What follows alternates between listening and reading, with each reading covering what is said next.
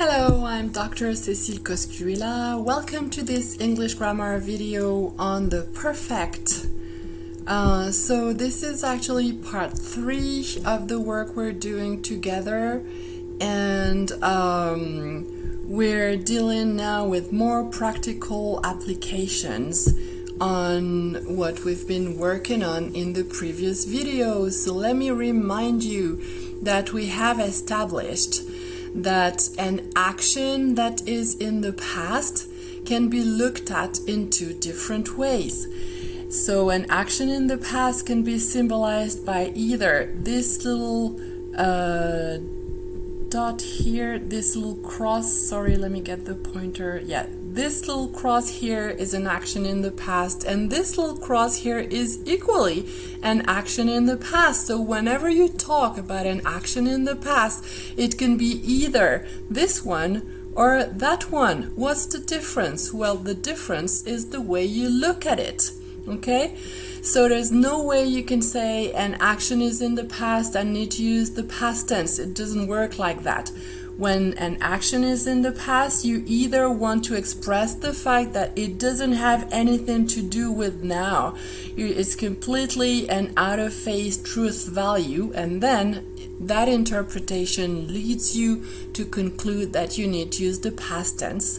And the other option is you're talking about an event that occurred in the past and it doesn't have, it's completely over now, or it can be completely finished, and yet the point is that you're looking at this past action from the viewpoint of now, and that's what matters, the way you look at it. So as soon as your analysis leads you to conclude that you're focusing on what's happening now, and from that standpoint you're looking at an event in the past, then that past event needs to be expressed with the present perfect. To help us in our analysis, we can use markers like last night, which we can associate to the past tense, or damn it, gosh, any interjection that shows that we're completely anchored in the present moment and that we need to use the present perfect. Okay, let's go on to work on more examples. So we'll go fast. This is just a choice you have to make between either the past tense or the present perfect. Okay, so look, he planted his flag, or he has planted his flag.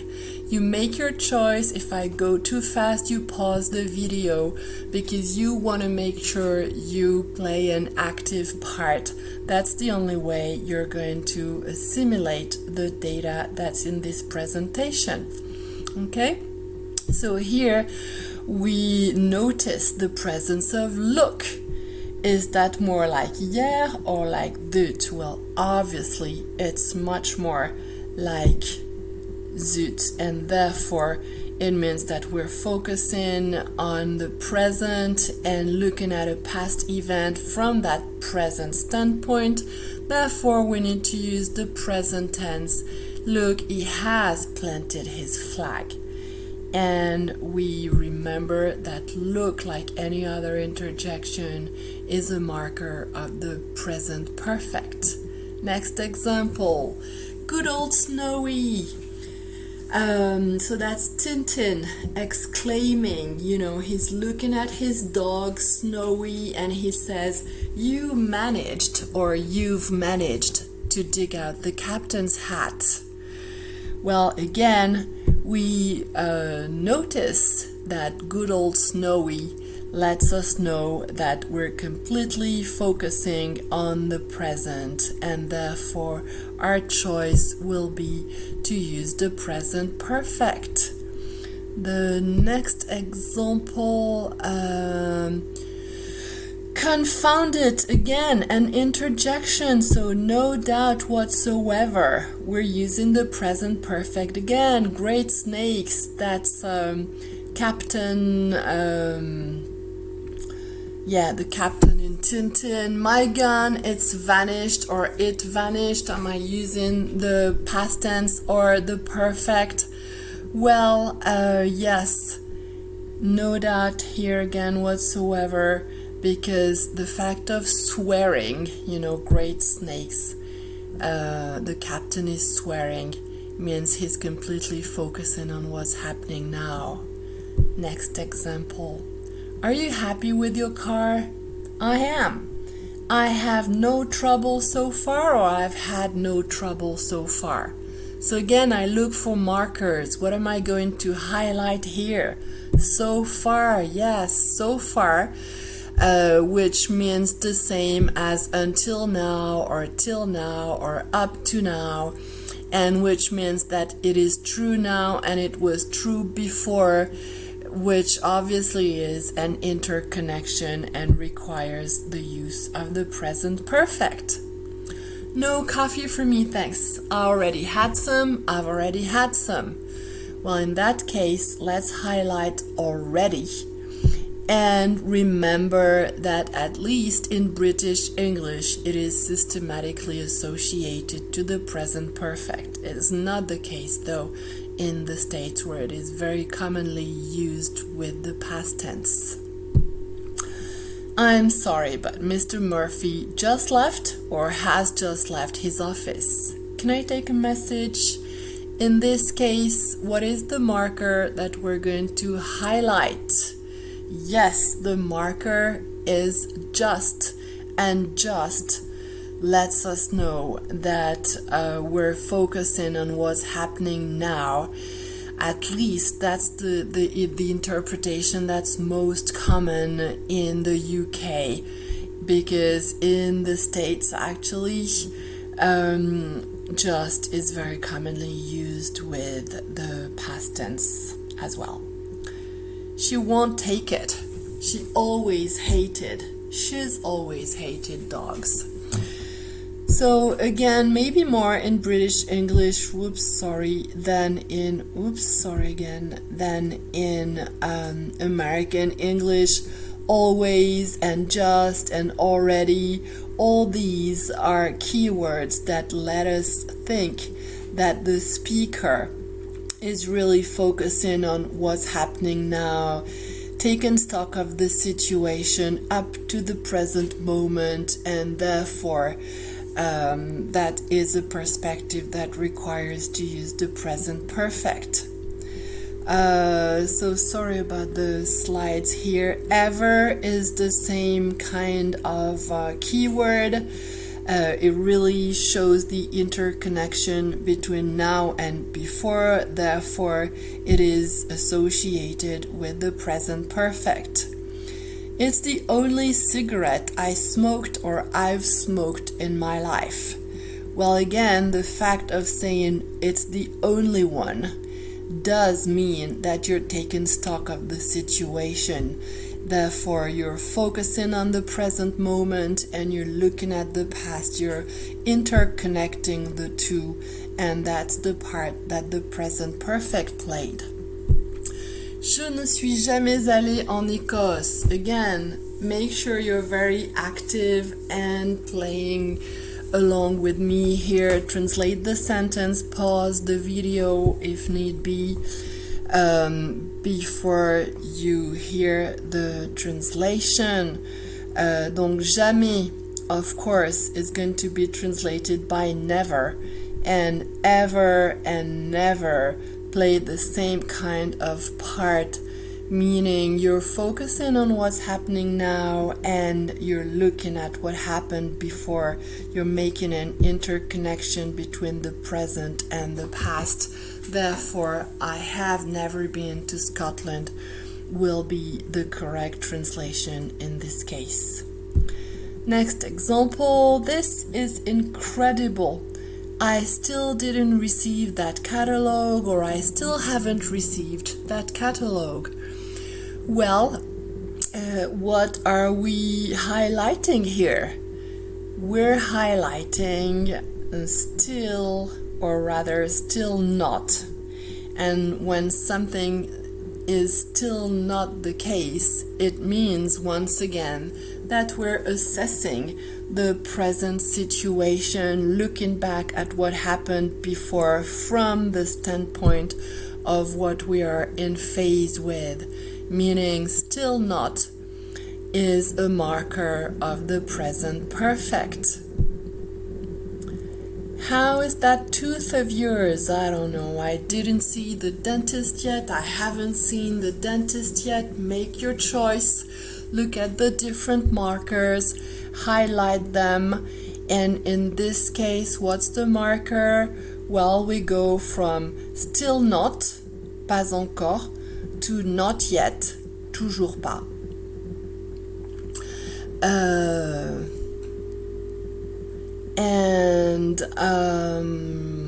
Did I say it right? It's still not the case. Ça n'est toujours pas le cas. It's not the case yet. Ça n'est pas encore le cas. No, I got that wrong. Okay, so still not, toujours pas, not yet, pas encore. Sorry about that. Write it down correctly.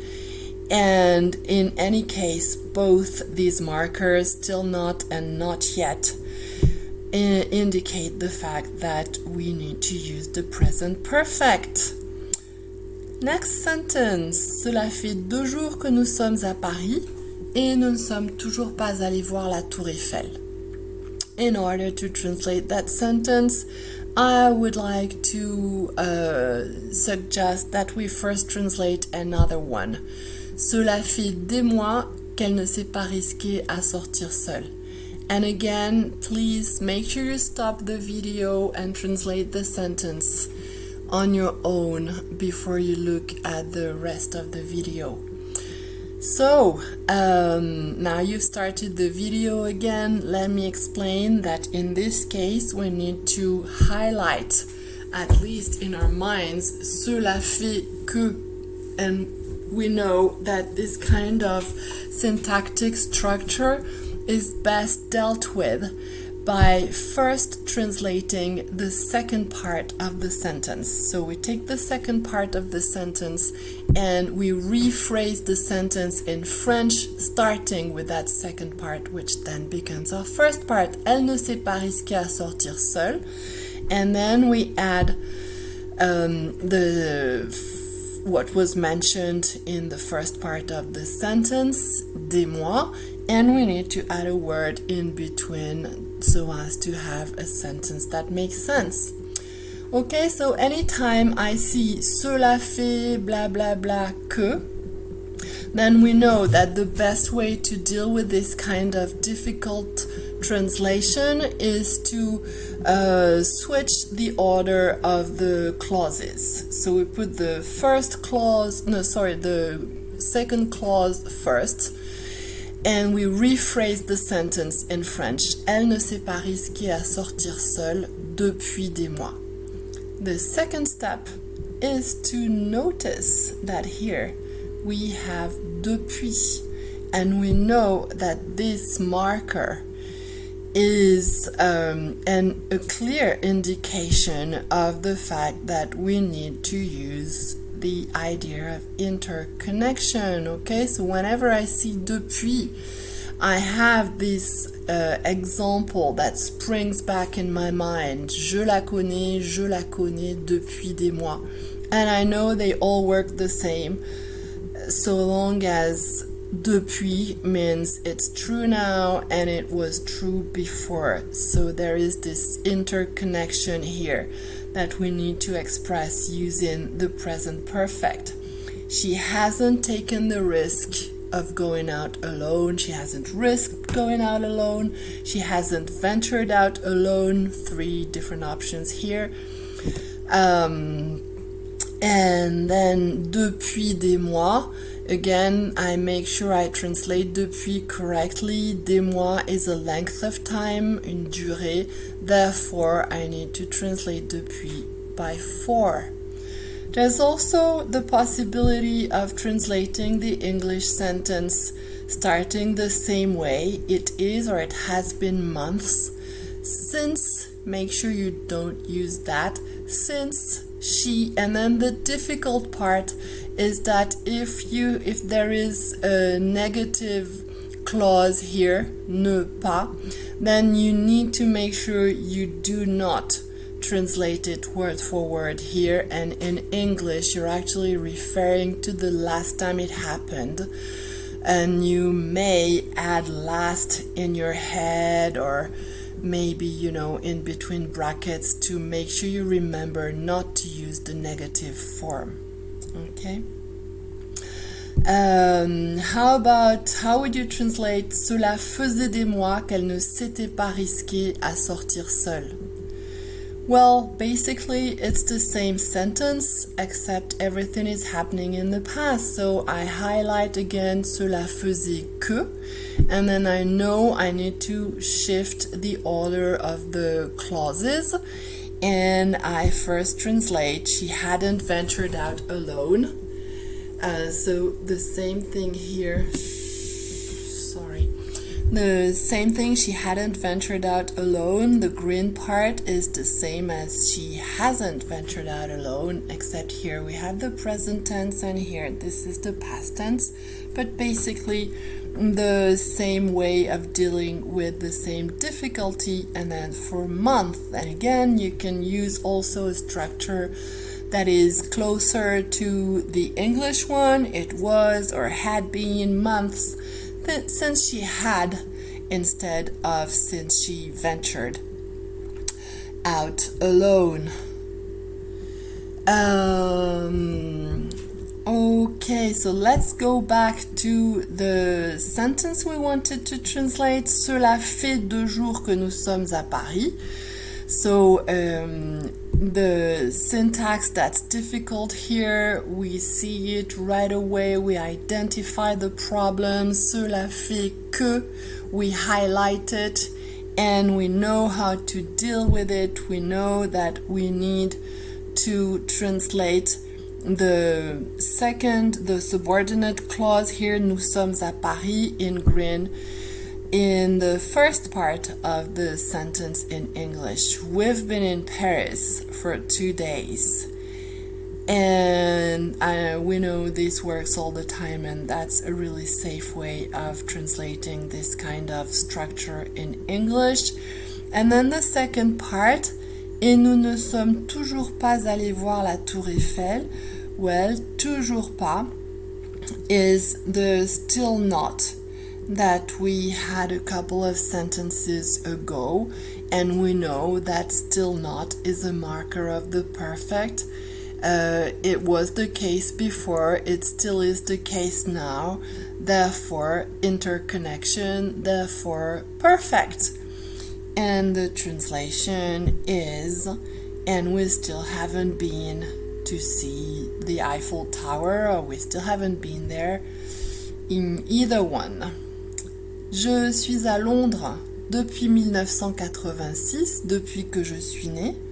So again, translate the sentence, pause the video if you need to. Make sure you're very active. That really is the best way for you to improve your English. So, je suis à Londres depuis 1986. I can translate real fast without thinking, and I can also take my time and see that in this sentence there's the word depuis. So again, that refers me back to all the things I know on depuis as a marker of the perfect, and I know that the verb here needs to be translated accordingly. That is, we need to express the idea of interconnection by using the perfect to translate the verb here. Therefore, I have been in London since 1986, or since I was born. Let's go on to this example here. Depuis combien de temps possédez-vous cette voiture? So again, depuis here tells us that we are in the case that this is a case of interconnection again, and therefore the perfect is required. Since when could be an option. How long is another one. So either since when have you had that car or how long have you had that car. But in either case, the perfect is necessary. Pierre, je l'ai vu hier matin. So again, don't go too fast and ask yourselves the right questions. Will you translate je l'ai vu by I've seen him or I saw him? Take your time. Ask yourself if you see any marker like last night, which tells you need to use the past tense, or any marker like gosh, which tells you that you need to use the present perfect. Okay? Donc Pierre, je l'ai vu hier matin. Well, hier matin is yesterday morning. So it's yesterday again, and we know we therefore need to use the past tense. I saw him yesterday morning. C'est la troisième fois que nous gagnons le championnat. I make sure again I go back to the question that I know will lead me in the right direction. C'est la troisième fois que nous gagnons le championnat. Do I have any marker in that sentence here that tell me that it is more like last night, hier soir, or like zut, gee? Well, the marker here is troisième fois. C'est la troisième fois. That means I look back and I count the number of times, meaning I'm making an interconnection between now and before. So again, taking stock of the situation implies the use of the present perfect. It is the third time we have won the championship. Okay? So it's completely feasible. You just need to practice and make sure that whenever you see the present tense in French, you do not translate too fast. You don't go R1, I3. You take the time to ask yourselves the right questions in order to choose the right verb operators. Okay? Ce n'est pas la première fois que je te le dis. Okay, so pause the video, translate the sentence, and then again, you know, the third time, the first time, it's about the same thing. So again, assessing the situation, looking back on what happened before, and therefore making an interconnection that requires us to use the present perfect again. Okay, so we've been over a number of examples, and hopefully the difference between the present and the present perfect on the one hand, and the difference between the past and the past perfect on the other hand is the present perfect, sorry, the difference between the present perfect and the past tense, when to use one or the other, is getting clearer and clearer, and therefore we'll go on, we'll work on more examples in the next video, and we will deal more with the past perfect. So yes, we'll have a look at that question in the next video. Make sure you watch it. Thank you for your attention, and I'll see you in the next video. All the best.